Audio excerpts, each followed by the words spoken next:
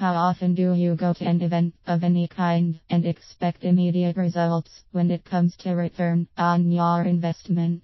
This kind of thinking is what can destroy many entrepreneurs. It comes back to the microwave thinking, as I call it. We want and expect everything now. For those of you who are gardeners or who live on/near farms, you know and understand that planting and harvesting rarely happen in the same moment of time. The same holds true in business. You plant a seed, you nurture that seed, and then you reap the harvest. To think differently in growing your business and making money causes me to shake my head. Where does that thinking come from? I know, for sure, it does not serve you well. I am often asked about my own practices when it comes to follow-up, and that's what I want to share with you in today's article. Keep in mind that there are different steps for different scenarios, so I am going to give you some generic steps to consider and implement. 1 pound, have a clear and compelling message. Whether I am attending a local networking event or speaking on a stage at a major event, it all comes down to your message, the solution you provide. Is your message, your wording, clear and compelling? Does it speak to the needs of the audience/person you are talking to? That's the absolute first requirement. Otherwise you may be in the wrong place, at the wrong time, with the wrong people, and that's just a waste of time, energy, resources and your reputation.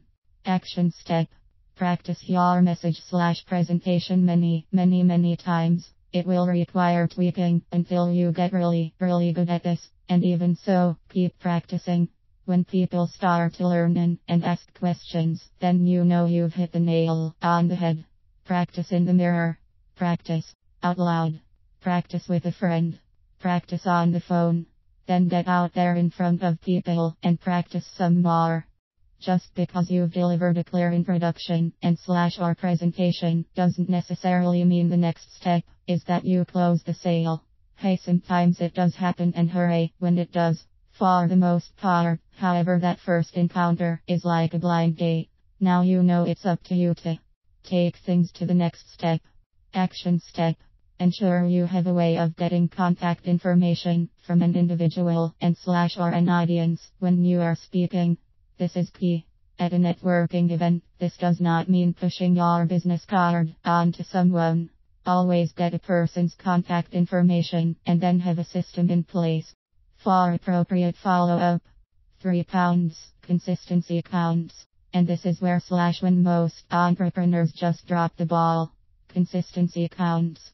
From my own observations, this is really a mindset issue, more so than a systems or process issue. So many entrepreneurs I speak to tell me I don't want to bother people. Jeez, really? Do you believe in what you have to offer or not? Do you believe that the solution you provide helps people? If yes, then get over yourself. Action step. Change your thinking. This is the absolute first step in growing your business and with being consistent in your follow-up. People are busy. They have lives outside of work.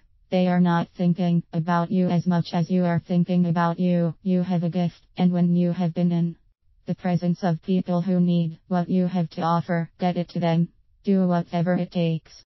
Here are some statistics that should catch your attention. Truly shocking sales statistics as it relates to the follow-up process. 48% of salespeople never follow up with a prospect. 25% of salespeople make a second contact and stop. 12% of salespeople make more than 3 contacts. 2% of sales are made on the first contact. 3% of sales are made on the second contact. 5% of sales are made on the third contact. 10% of sales are made on the fourth contact. 80% of sales are made on the 5th to 12th contact. Creating and using a follow-up system is a guaranteed way to grow your business. I have nothing more to say.